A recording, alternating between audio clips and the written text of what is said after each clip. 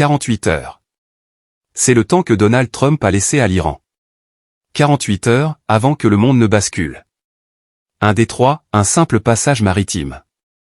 Mais qui contrôle le pétrole, l'économie et peut-être la paix mondiale? Et si un simple détroit pouvait déclencher une guerre mondiale? Aujourd'hui, tous les regards sont tournés vers un point stratégique minuscule, mais vital. Le détroit d'Ormuz. Un passage maritime par lequel transite près de 20% du pétrole mondial. Mais ce détroit est aujourd'hui bloqué, sous tension, militarisé. Et au centre de cette crise explosive, Donald Trump. Et l'ennemi historique, Iran. Le président américain vient de lancer un ultimatum choc.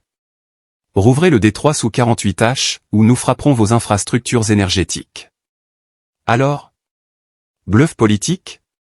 Stratégie militaire? Ou début d'un conflit majeur? Dans cette vidéo, nous analysons l'ultimatum lancé par Donald Trump à l'Iran concernant la réouverture du détroit d'Ormuz. Ce point stratégique, par lequel transite une grande partie du pétrole mondial, est aujourd'hui au cœur d'une crise majeure. Entre tensions militaires, menaces de frappe et risques de guerre régionale, cette situation pourrait avoir des conséquences globales sur l'économie mondiale. Quels sont les enjeux? Pourquoi ce détroit est-il crucial? Sommes-nous à l'aube d'un conflit mondial? Partie 1. Le détroit d'Ormuz, le point le plus important du monde. Avant de comprendre la crise, il faut comprendre le terrain. Le détroit d'Ormuz, c'est un passage entre le golfe Persique et l'océan Indien. Seulement 33 km de large à son point le plus étroit. Une autoroute énergétique mondiale. Chaque jour. Pétrole d'Arabie Saoudite. Gaz du Qatar. Exportation iranienne. Tout passe ici.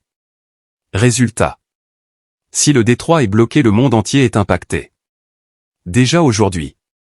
Le pétrole a explosé au-dessus de $110 le baril. Les marchés sont sous tension. Les navires évitent la zone. En résumé. Ormuz égale le cœur énergétique de la planète. Partie 2. Pourquoi l'Iran bloque le détroit? Pourquoi l'Iran prend un tel risque? Réponse simple, pression stratégique. Depuis plusieurs semaines. Frappes israélo-américaines. Attaques de missiles. Escalade militaire régionale. L'Iran utilise le détroit comme arme économique. Objectif? Faire monter le prix du pétrole. Mettre la pression sur les Occidentaux. Forcer des négociations. Une stratégie déjà connue. Si nous ne pouvons pas vendre notre pétrole, personne ne le fera. Partie 3. L'ultimatum de Trump, une menace historique. C'est ici que tout bascule. Donald Trump change complètement de ton. Ultimatum de 48 heures. Menace directe. Cibles annoncées, centrales électriques iraniennes. Objectif? Forcer la réouverture immédiate. Montrer la puissance américaine. Rassurer les marchés. Mais cette menace est extrêmement dangereuse. Certains experts parlent même de crimes de guerre potentiels. Pourquoi? Parce que les infrastructures visées sont civiles. L'impact toucherait la population. On n'est plus dans une pression diplomatique. On est dans une logique de guerre. Partie 4. La riposte de l'Iran. Et la réponse de l'Iran est immédiate. Zéro retenue en cas d'attaque. Menace annoncée. Destruction d'infrastructures énergétiques dans le Golfe. Attaque contre les alliés des États-Unis. Fermeture totale du détroit. Autrement dit, une guerre régionale généralisée. Et ce n'est pas tout. L'Iran pourrait miner le détroit. Attaquer les pétroliers. Bloquer complètement le commerce mondial. Partie 5. Le monde retient son souffle. Les grandes puissances observent. Mais personne ne veut intervenir directement. Pourquoi? Parce que les conséquences seraient énormes. 1. Crise énergétique mondiale. Explosion du prix du pétrole. Inflation globale. Pénurie possible. Transport maritime paralysé. Commerce international perturbé. 3. Risque de guerre mondiale. Implication des États-Unis. Réaction de la Chine et de la Russie. Extension du conflit.